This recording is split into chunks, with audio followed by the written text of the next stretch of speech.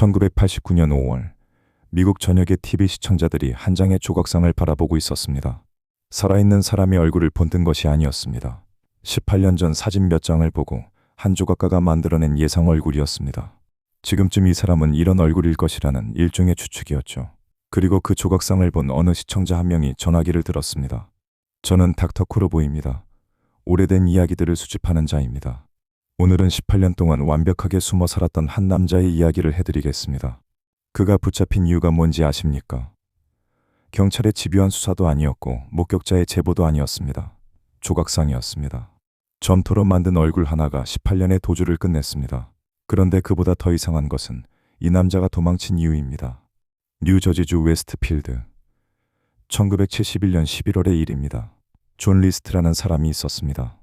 46세 회계사, 루터교 신자.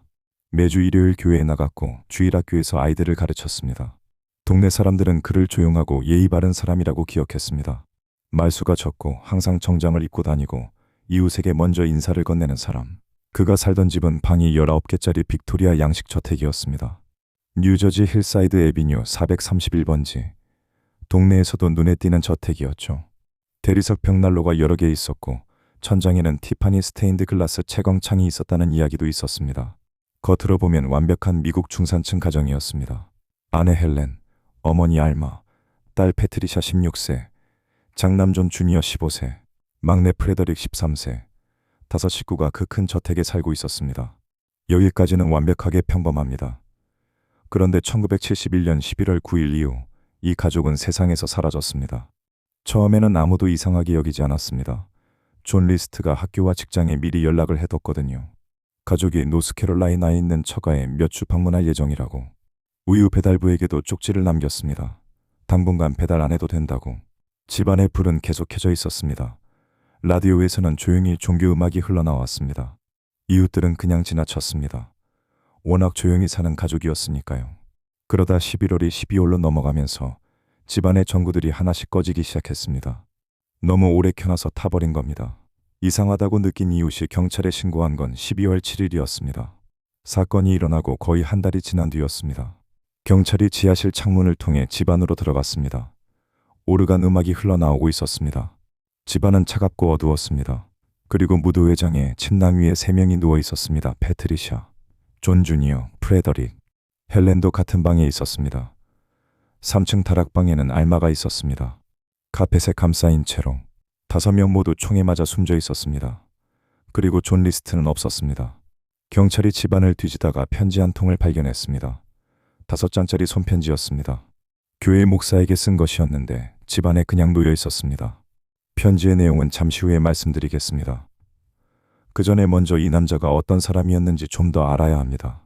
존 리스트는 1925년 미시간주 베이시티에서 태어났습니다. 독일계 미국인 가정이었고 아버지도 루터교 신자였습니다. 어린 시절부터 그는 철저한 통제 속에서 자랐습니다. 또래 아이들처럼 자유롭게 놀지 못했고 항상 깔끔하게 차려입어야 했고 말썽을 부려서는 안 됐습니다. 착하고 조용하고 완벽해야 하는 아이. 그게 그의 세계였습니다. 군복무 중에 헬렌을 만났습니다. 헬렌은 한국전쟁에서 남편을 잃은 미망인이었고 딸 브렌다를 혼자 키우고 있었습니다. 두 사람은 1951년에 결혼했습니다. 그런데 결혼 직전에 헬렌이 고백을 했습니다. 첫 남편에게서 매독을 옮았다고, 그리고 임신했다고 말했던 것도 거짓말이었다고. 존 리스트는 그 자리에서 결혼을 취소하지 않았습니다. 그냥 결혼했습니다. 그리고 그 사실을 속으로 품고 살았습니다. 세월이 흐르면서 헬렌의 매독은 악화됐습니다. 신경계에 영향을 미치기 시작했고 헬렌은 점점 불안정해졌습니다. 알코올에 의존하기 시작했고 집안에서 거의 나오지 않는 사람이 됐습니다. 존 리스트와는 끊임없이 싸웠습니다. 그의 남성성을 조롱했다는 증언도 있었습니다. 딸 패트리샤는 배우가 되고 싶어 했습니다. 존 리스트의 눈에 그건 타락의 신호였습니다. 배우라는 직업이 그의 루터교 신앙과 도덕 기준에서 어떻게 보였겠습니까? 1971년 여름, 패트리샤가 밤에 친구와 거리를 돌아다니다 경찰에 잠깐 붙잡힌 일이 있었습니다. 존 리스트는 그것을 딸의 영혼이 이미 무너지고 있다는 증거로 받아들였습니다. 장남 존 주니어는 축구를 했습니다. 막내 프레더릭은 이제 막 사춘기에 접어들고 있었습니다. 그리고 존 리스트 자신은 직장을 잃었습니다. 1971년 그가 다니던 은행에서 해고됐습니다. 46세였습니다. 그런데 그는 가족에게 이 사실을 말하지 않았습니다. 매일 아침 정장을 입고 집을 나섰습니다. 그리고 기차역에 가서 앉아 있었습니다. 몇 달 동안 집안에서 그는 무너지고 있었습니다. 저택의 모기지가 1만 1천 달러 이상 연체돼 있었습니다. 어머니 알마의 저축을 몰래 빼다 쓰고 있었습니다. 복지 지원을 받는 상황이 오는 것이 그에게는 죽음보다 두려운 일이었습니다. 아니, 정확히는 수치였습니다. 그가 가진 세계관 안에서 가난은 실패였고 실패는 수치였고 수치는 용납할 수 없는 것이었습니다. 여러분도 아마 같은 생각을 하고 계실 겁니다. 직장을 잃으면 다시 구하면 되고 돈이 없으면 집을 팔면 되고 힘들면 도움을 요청하면 됩니다. 그게 상식이니까요. 그런데 존 리스트의 머릿속에는 그 상식이 없었습니다. 그의 머릿속에는 다른 논리가 있었습니다. 이제 그 편지 이야기를 할 때가 됐습니다. 경찰이 발견한 5장짜리 손편지. 존 리스트가 교회 목사에게 쓴 것이었습니다. 편지의 내용을 요약하면 이렇습니다. 나는 가족을 살해했다. 그 이유는 가족을 구하기 위해서였다. 그는 편지에 이렇게 썼습니다. 세상에는 너무 많은 악이 있다. 내 가족은 점점 신앙에서 멀어지고 있다. 이대로 살게 되면 그들의 영혼이 위험해진다. 지금 죽으면 천국에 갈 수 있다. 그러니 내가 그들을 천국으로 보내준 것이다. 잠깐, 좀 이상합니다. 자신이 살인을 저질렀다고 고백하면서 그것이 가족을 위한 일이었다고 쓴 겁니다. 딸이 배우가 되려 했고 아내가 교회를 그만두겠다고 했고 아이들이 신앙에서 멀어지고 있으니 죽기 전에 천국에 보내는 것이 낫다고. 편지 말미에는 이런 말도 있었습니다. 어머니는 3층에 계십니다. 너무 무거워서 아래로 옮기지 못했습니다. 시신을 잘 수습해 주십시오. 그리고 마지막 줄. 하나님의 축복을. 존 리스트. 경찰은 수사를 시작했습니다. 존 리스트의 사진을 수배했습니다. 그런데 문제가 있었습니다. 집안의 모든 가족 사진에서 존 리스트의 얼굴이 오려져 있었습니다. 그가 직접 잘라낸 겁니다. 남아있는 사진이 거의 없었습니다. JFK 공항 주차장에서 그의 차가 발견됐습니다. 주차권을 보니 11월 10일에 주차된 것이었습니다. 살인 다음 날이었죠. 하지만 그가 어디로 갔는지 어떤 비행기를 탔는지 아무 기록이 없었습니다. 공항을 이용하지 않았을 가능성이 높았습니다. 차를 공항에 두고 다른 방법으로 떠난 겁니다. FBI가 수사에 나섰습니다. 전국에서 제보가 들어왔습니다. 50개 전부에서 심지어 남미와 유럽에서도 목격 제보가 왔습니다. 그런데 하나도 맞지 않았습니다. 시간이 흘렀습니다. 1년, 2년, 5년, 10년. 존 리스트는 사라진 채였습니다. 그리고 웨스트필드에는 또 다른 일이 벌어졌습니다. 1972년 8월 30일 브리즈놀 저택이 불에 탔습니다. 원인은 방화였습니다. 누가 불을 질렀는지는 끝내 밝혀지지 않았습니다. 19개짜리 저택이 전소됐습니다. 그 안에 있던 티파니 스테인드 글라스 채광창도 함께 사라졌습니다. 그 채광창의 가치가 당시 시세로 10만 달러 이상이었다는 이야기가 있습니다. 존 리스트가 그걸 팔았다면 모든 빚을 갚고도 남았을 겁니다. 그는 그 사실을 몰랐거나 알았어도 다른 선택을 했습니다. 이제부터가 진짜입니다. 존 리스트는 어디에 있었을까요? 그는 기차를 타고 미시간을 거쳐 덴버로 갔습니다. 그리고 새로운 이름을 만들었습니다. 로버트 피터 클라크. 대학 동창의 이름을 빌린 겁니다. 그 동창은 나중에 자신이 리스트를 제대로 알지도 못했다고 말했습니다만 어쨌든 그 이름이 새 출발의 시작이었습니다. 덴버에서 그는 회계 일자리를 구했습니다. 그리고 루터교 교회에 나갔습니다. 교회 카풀을 운영했습니다. 차가 없는 교인들을 태워다 줬습니다. 그는 뉴저지에서와 똑같이 살았습니다. 조용하고 예의 바르고 신앙심 깊은 회계사. 1985년 그는 교회에서 만난 여성과 결혼했습니다. 이름은 델로레스 밀러. 그녀는 그가 누구인지 전혀 몰랐습니다. 헬렌이 아직 살아있었다면 이건 중혼이기도 했습니다만 헬렌은 이미 14년 전에 그의 손에 죽었으니까요. 1988년 그는 아내와 함께 버지니아주 미들로시안으로 이사했습니다. 리치먼드 교회의 조용한 주택가였습니다. 회계법인에 취직했습니다. 또 교회에 나갔습니다. 로버트 클라크는 완벽하게 정착한 것처럼 보였습니다. 그리고 1989년 5월 TV에서 그 조각상이 방영됐습니다. 미국에서 당시 막 시작한 범죄 재현 프로그램이 있었습니다. 아메리카스 모스트 원티드. 미제 사건들을 다루면서 시청자들의 제보를 받는 프로그램이었습니다. 제작진은 존 리스트 사건을 다루기로 했습니다. 18년 전 사건이었지만 아직 해결되지 않은 사건이었으니까요. 문제는 사진이 없다는 거였습니다. 존 리스트가 직접 자기 사진을 다 지워버렸으니까요. 그래서 제작진은 필라델피아 출신의 법의학 조각가 프랭크 벤더를 찾아갔습니다. 벤더는 해골만 보고 생전 얼굴을 복원하는 것으로 유명한 사람이었습니다. 제작진이 그에게 물었습니다. 1971년 사진 몇 장만 보고 지금 이 사람의 얼굴을 만들 수 있겠냐고. 벤더는 할 수 있다고 했습니다.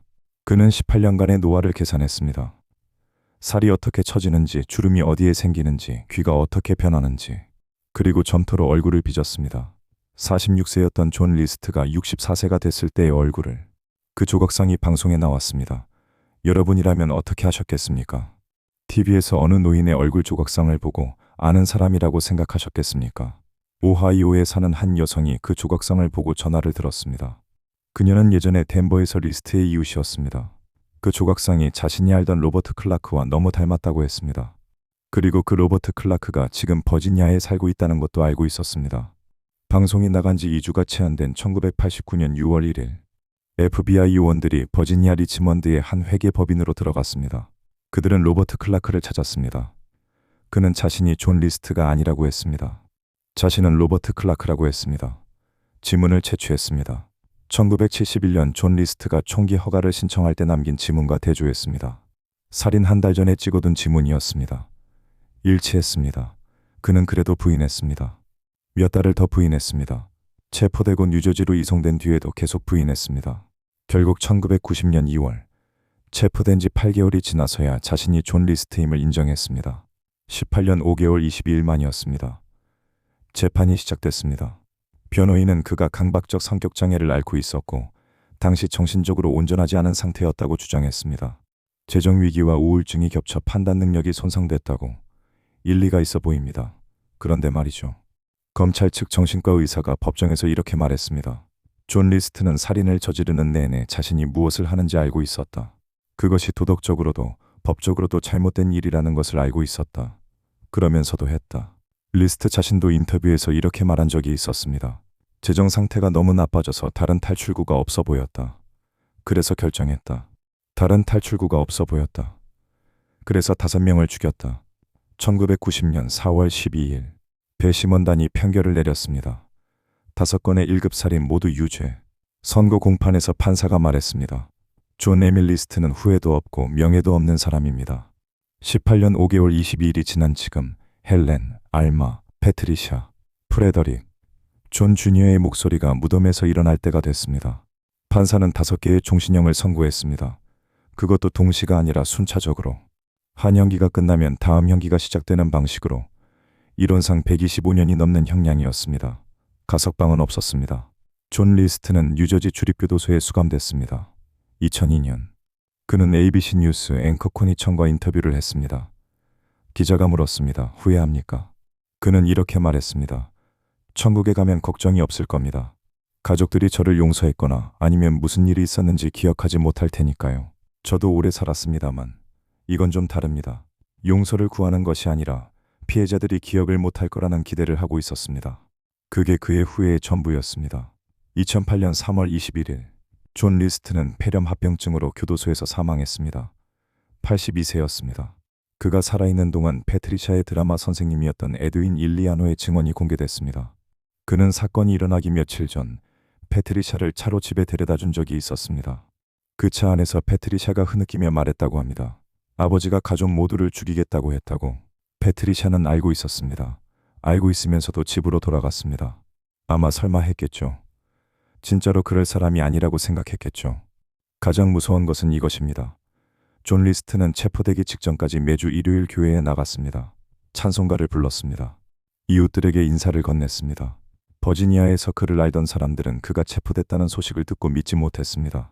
그렇게 조용하고 신앙심 깊은 사람이 그런 일을 했을 리가 없다고. 18년 전 뉴저지에서도 사람들은 똑같이 말했습니다. 저는 닥터 코르보였습니다. 이런 이야기가 더 궁금하시다면 구독을 눌러주십시오. 저는 도망가지 않습니다. 다만 좀 느릴 뿐입니다.